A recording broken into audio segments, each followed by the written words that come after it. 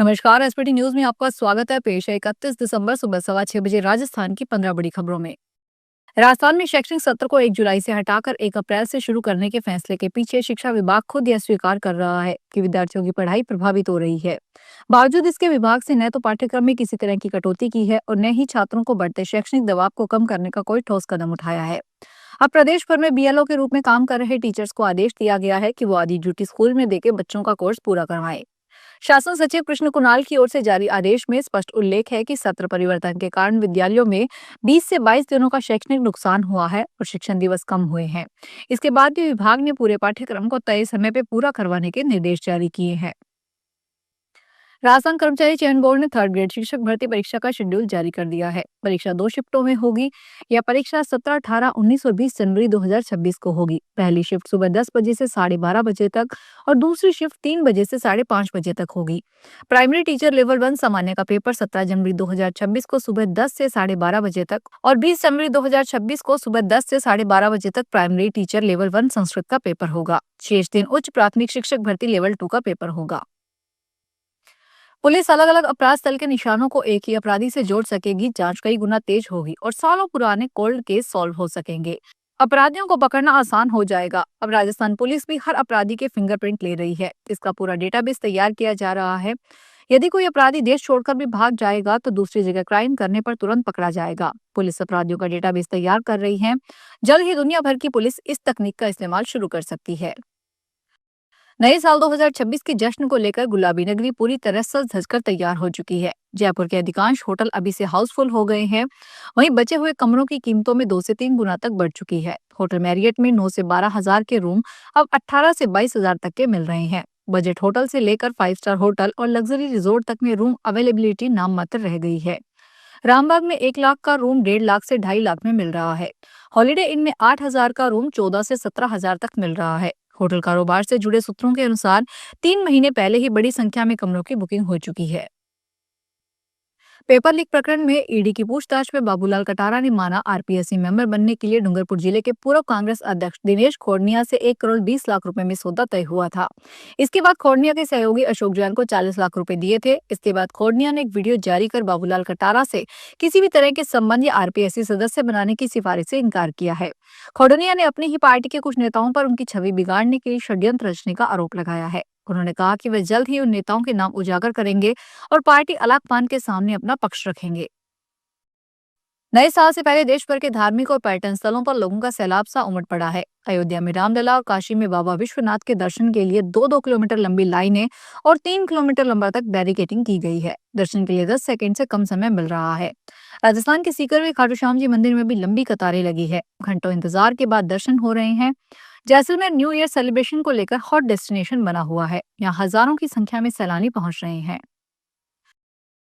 करौली में online gaming सट्टा मामले में पुलिस की कार्रवाई तेज हो गई है। पुलिस ने मुख्य आरोपी अमीनुद्दीन खान के आवास पर बड़ी दबिश दी है। अमीनुद्दीन करौली नगर परिषद के पूर्व सभापति का पुत्र है। यह कार्रवाई हिंडोन में 4 लोगों की गिरफ्तारी के बाद की गई। भारी संख्या में हथियारबंद पुलिस बल व वरिष्ठ अधिकारी मौके पर मौजूद रहे। पुलिस ने करौली के नदी दरवाजा और ढोली खाल क्षेत्र स्थित अमीनुद्दीन के आवास पर तलाशी अभियान चलाया है।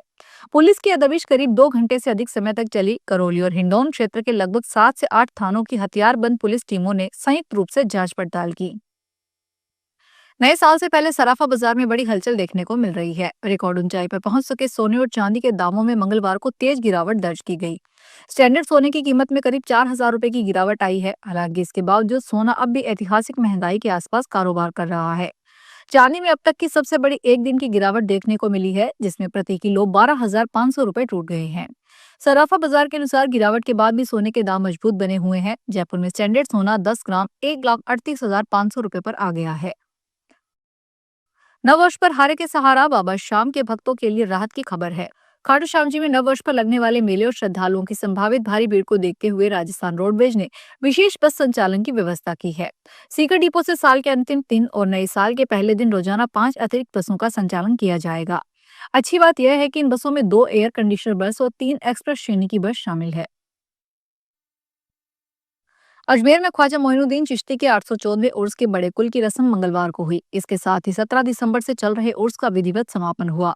इधर बुलंद दरवाजे पर चढ़ा उर्स का झंडा भी उतार लिया गया। उर्स के समापन के बाद जायरीनों के लौटने का सिलसिला शुरू हो गया। इधर सोमवार रात से ही अकीकतमंद कुल के छींटे देना शुरू कर दिया गया था। अंजुमन सैयद यादगान के उर्स कन्वीनर सैयद हसन हाशमी ने बताया, सुबह से गरीब नवाज की मजार की खुदा में ख्वाजा के केवड़े व गुलाब जल से धुलाई की गई। पूरे मजार शरीफ की धुलाई की गई। साल में एक बार ही यह रस्म अदा की जाती है। अस्ताना में मौजूद खुदा में ख्वाजा दरगाह में मौजूद जायरीनों व देशवासियों के लिए इस मौके पर दुआ की गई। इधर रात से ही कई जायरीनों ने आस्ताना के दरो दीवार की गुलाब जल केवड़े से धुलाई शुरू कर दी थी। कोटपुतली में बिजली विभाग ने बकाया बिलों की वसूली के लिए अभियान चलाया है। अधीक्षण अभियंता मनोज गुप्ता और अधिशासी अभियंता राजीव वीराना के निर्देश पर यह कार्रवाई उपखंड कार्यालय कोटपुतली के तहत की गई। कनिष्ठ अभियंता अमर सिंह के नेतृत्व में एपीटीपीएस की टीम की सहायता से ग्राम टापरी, शेखुपुर और मोलाहेड़ा में राजस्व वसूली की गई। इस दौरान जिन उपभोक्ताओं ने बकाया राशि जमा नहीं करवाई, उनके ट्रांसफार्मर उतार दिए गए और कई कनेक्शन मौके पर ही काट दिए गए। प्रधानमंत्री नरेंद्र मोदी ने कहा कि भारत के विकास का आधार श्रम कानूनों और व्यापार समझौतों से लेकर लॉजिस्टिक, ऊर्जा, बाजार सुधारों, विश्वसनीयता, स्थिरता, दीर्घकालिक विश्वास जैसे मूल्यों पर आधारित है। श्री मोदी ने पेट्रोलियम और प्राकृतिक गैस मंत्री हरदीप सिंह पुरी का विभिन्न क्षेत्रों में सुधारों पर रिफॉर्म एक्सप्रेस 2025 एक लेख मंगलवार को सोशल मीडिया पर साझा करते हुए कहा कि इस लेख में शासन के समग्र कार्यों पर प्रकाश डाला गया है, जिसके माध्यम से निरंतर बाधाओं को दूर किया गया है।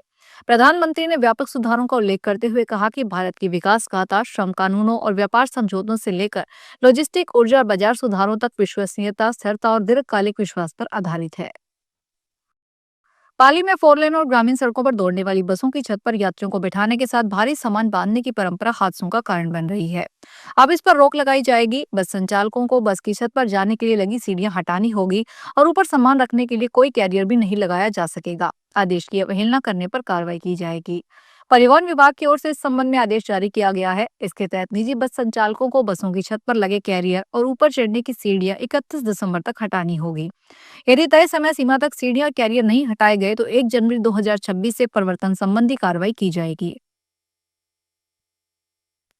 कांग्रेस ने कहा कि मतदाता सूची गहन पुनरीक्षण प्रक्रिया साफ सुथरी और पारदर्शी नहीं है। इस पर काम जल्दबाजी में नियमों का उल्लंघन हो रहा है।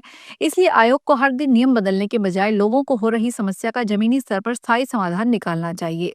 पार्टी ने कहा कि इस प्रक्रिया के कारण करोड़ों लोगों का पीड़ा में डालकर उन्हें हक छीने जा रहे हैं। जिन लोगों के नाम 2003 की मतदाता सूची में नहीं है, उनको आयोग की तरफ से नोटिस दिए जाएंगे और बेवजह उनको तंग किया जाएगा।